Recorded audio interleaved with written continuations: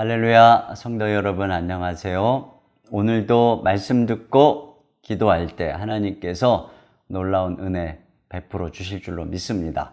오늘 우리에게 주시는 하나님의 말씀은 누가복음 18장 1절부터 3절까지 제가 봉독하겠습니다. 예수께서 그들에게 항상 기도하고 낙심하지 말아야 할 것을 비유로 말씀하여 이르시되 어떤 도시에 하나님을 두려워하지 않고 사람을 무시하는 한 재판장이 있는데 그 도시에 한 과부가 있어 자주 그에게 가서 내 원수에 대한 나의 원한을 풀어주소서 하되. 자, 오늘 여러분과 함께 나눌 주제는 우리가 이 과부처럼 끈질기게 기도해야 된다라고 하는 것입니다.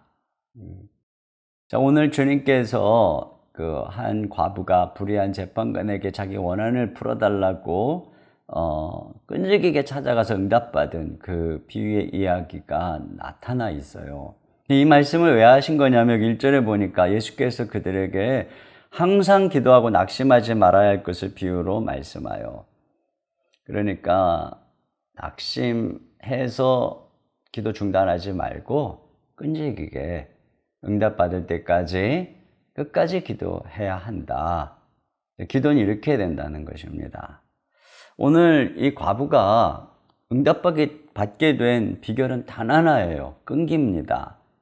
억울한 일이 있어서 재판관을 찾아갔는데 이 재판관에 대해서 뭐라고 얘기하냐면 2절에 보니까 하나님을 두려워하지 않고 사람을 무시하는 재판장이라고 기록하고 있어요. 그러니까 당연히 지금 이 과부를 얼마나 무시했겠어요. 요청을 안 들어줬겠죠. 자, 그런데 과부가 어떻게 했느냐? 3절에 그 도시에 한 과부가 있어 자주 그에게 가서 원한을 풀어달라고 했다는 것입니다. 그러니까 안 들어주는데 포기하지 않고 자주, 그러니까 계속 찾아갔다는 것이죠.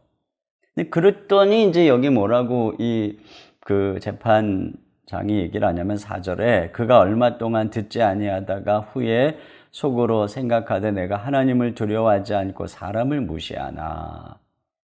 그러니까 이 과부가 계속 찾아갔는데도 불구하고 오늘 우리로 적용하면 계속 기도하는데도 불구하고 지금 이 사람 하나도 변화되지 않았다는 거죠. 뭐 신앙적으로 영적으로 변화된 거 하나도 없다는 거예요. 자, 그런데 어떡하냐? 5절에 이렇게 얘기합니다. 이 과부가 나를 번거롭게 하니 내가 그 원한을 풀어주리라. 그렇지 않으면 늘 와서 나를 괴롭게 하리라. 무슨 얘기입니까?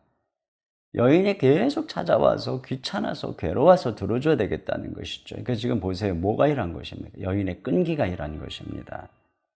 여인의 어떤 불쌍한 처지도 아니고 성품도 아니고 그냥 한 가지예요. 낙심하지 않고 물러서지 않는 끈기, 이것이 일했다는 것입니다. 이것이 응답받겠다는 것입니다. 오늘 주님께서 이러한 태도를 우리가 기도 속에서 배워야 된다는 것입니다. 세무엘 존슨이라면 이런 얘기를 했어요. 진정 위대한 일은 힘에 의해서가 아니라 끈기에 의해 이루어진다. 그렇습니다. 여러분, 기도는 소중한 것입니다. 그런데 왜 응답받지 못합니까?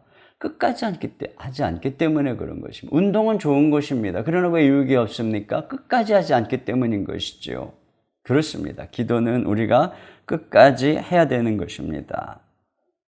만약에 말이에요, 이 재판장이 너무 괴로워서 안 되겠다, 내가 들어줘야 되겠다 이렇게 생각을 하고 있는데 과부가 그 다음날 안 가면 어떻게 될까요?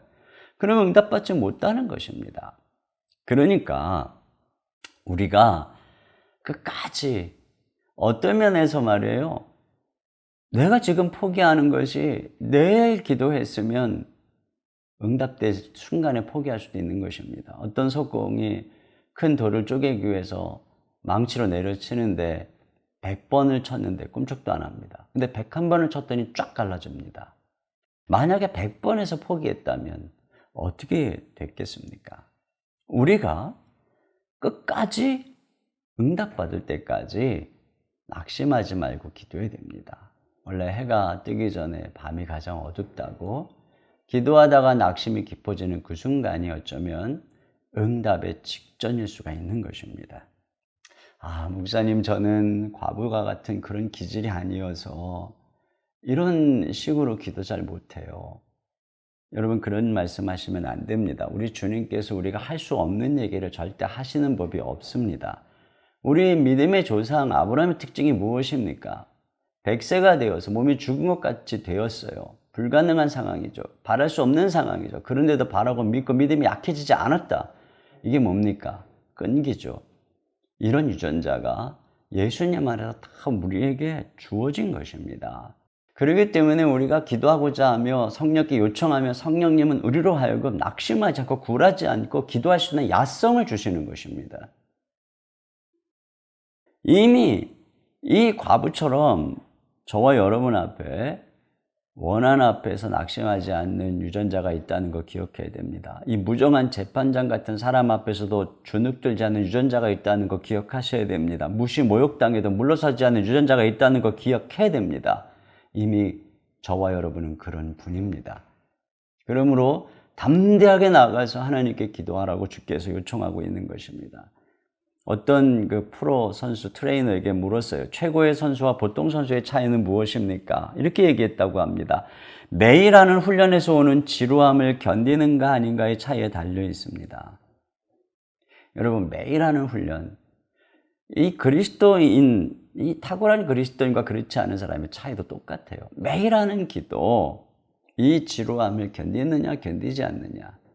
물론 기도는 절대 지루한 것이 아닙니다. 그러나 때때로 그럴 때도 있어요. 슬럼프도 있어요. 그걸 얼마나 견뎌내느냐, 얼마나 끈기 있게 기도하느냐의 차이인 것입니다.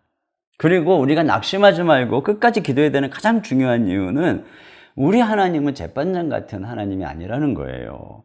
여기 7절에 보니까 이렇게 돼 있어요. 하물며 하나님께서 그 밤낮 부르짖는 택하신 자들의 원한을 풀어주지 아니하시겠느냐, 그들에게 오래 참으시겠느냐. 하나님은 재판장 같이 만약에 하나님이 이렇게 우리 인간의 연약한 처지에 관심이 없는 하나님이라면 우리가 끈기 있게 기도하는 게 응답될지 안 될지 보장이 없어요.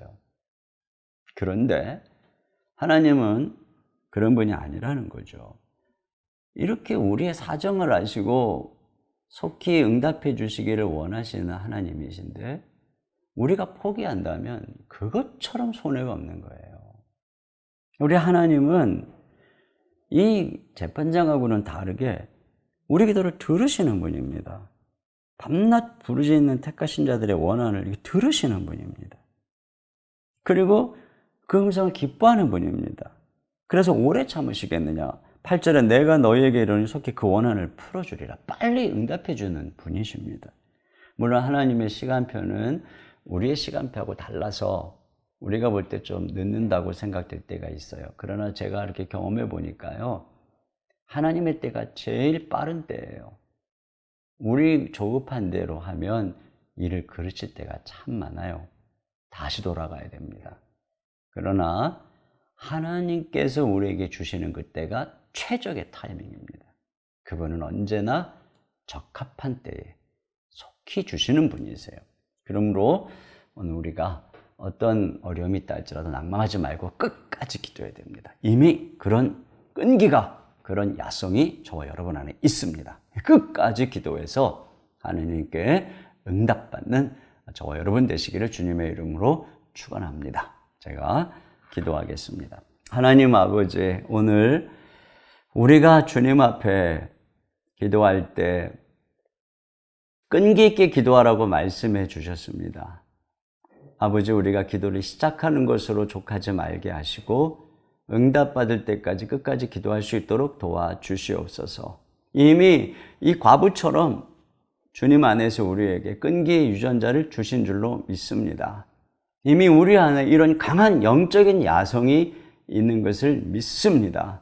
어떠한 어려움과 낙심적인 상황과 또 정말 절벽 같은 사람 앞에서라 할지라도, 환경 앞에서라 할지라도 절대 뒤로 물러나지 말고 하나님만 바라보며 끈기 있게 나아가면 좋으신 하나님께서 밤낮 부르짖는 택하신 자의 원한을 속히 풀어주신다고 말씀하신 그 약속대로 우리들의 기도를 들어주실 줄로 믿습니다. 우리 성도님들에게 힘을 주시옵소서. 오늘도 끈기와 야성을 더해 주셔서 기도에 무릎을 꿇고 간절하게 부르짖는 한 날이 되게 하여 주시옵소서. 기도의 문을 열어주시고 하늘 문을 활짝 열어주시옵소서. 우리 주 예수님의 이름으로 기도하옵나이다. 아멘.